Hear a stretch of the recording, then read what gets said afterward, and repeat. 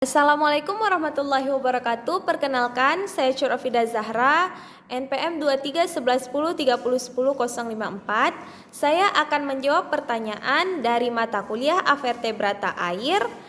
Pertanyaan yang pertama, peran Avertebrata Air dalam bidang kelautan, budidaya perairan, dan pemanfaatan sumber daya perikanan. Avertebrata air terutama yang hidup di ekosistem laut. Dan ada 3 pembagiannya. Yang pertama, kelautan.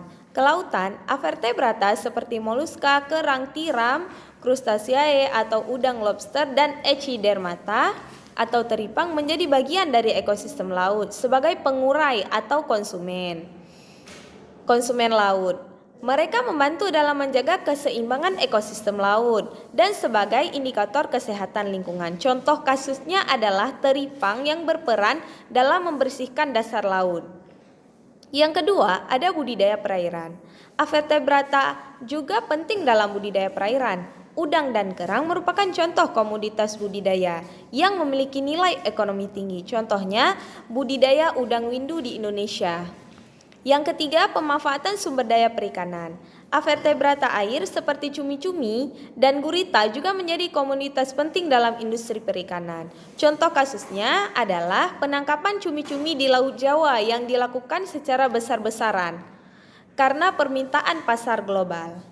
Pertanyaan yang kedua, faktor yang mendasari pembagian subfilum atau kelas pada protozoa, rotifera, dan colelenterata. Yang pertama, protozoa, pembagian subfilum dan kelas pada protozoa didasarkan pada cara geraknya, misalnya silia atau flagella.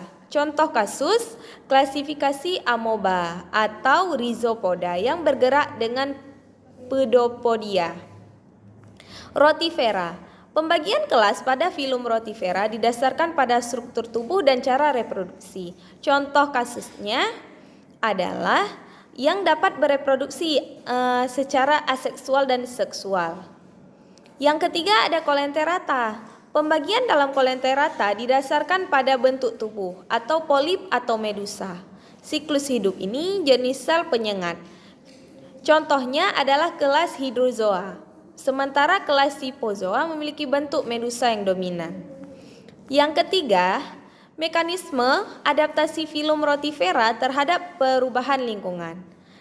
Rotifera memiliki berbagai mekanisme adaptasi. Yang pertama, ada kista dormasi. Banyak spesies rotifera mampu menghasilkan kista dormasi yang memungkinkan mereka bertahan dalam kondisi lingkungan yang ekstrim. Yang kedua, ada reproduksi parthenogenesis. Filum rotifera khususnya pada kelas Deloidea menggunakan parthenogenesis sebagai cara adaptasi terhadap lingkungan yang kurang stabil. Selanjutnya ada kemampuan mengubah pola makan. Rotifera juga mampu mengubah pola makan mereka sesuai dengan ketersediaan sumber daya. Pertanyaan yang keempat, manfaat positif dan dampak negatif organisme dari filum colelenterata bagi lingkungan perairan. Yang pertama, ada manfaat positif. Pembentukan ekosistem terumbu karang. Colelenterata seperti karang atau kelas Anthozoa adalah penyusun utama terumbu karang yang menyediakan habitat bagi berbagai spesies laut.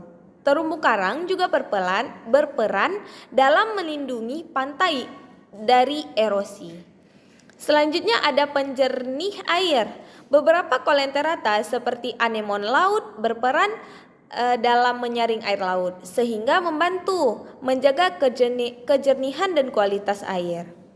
Selanjutnya ada sumber makanan. Beberapa spesies colelenterata menjadi sumber makanan bagi hewan lain seperti penyu dan ubur-ubur. Yang selanjutnya ada dampak negatif. Dampak negatif, ubur-ubur yang merusak. Ubur-ubur atau kelas sipozoa dapat berkembang biak dengan cepat dalam kondisi perairan yang tercemar. Sekian, assalamualaikum warahmatullahi wabarakatuh.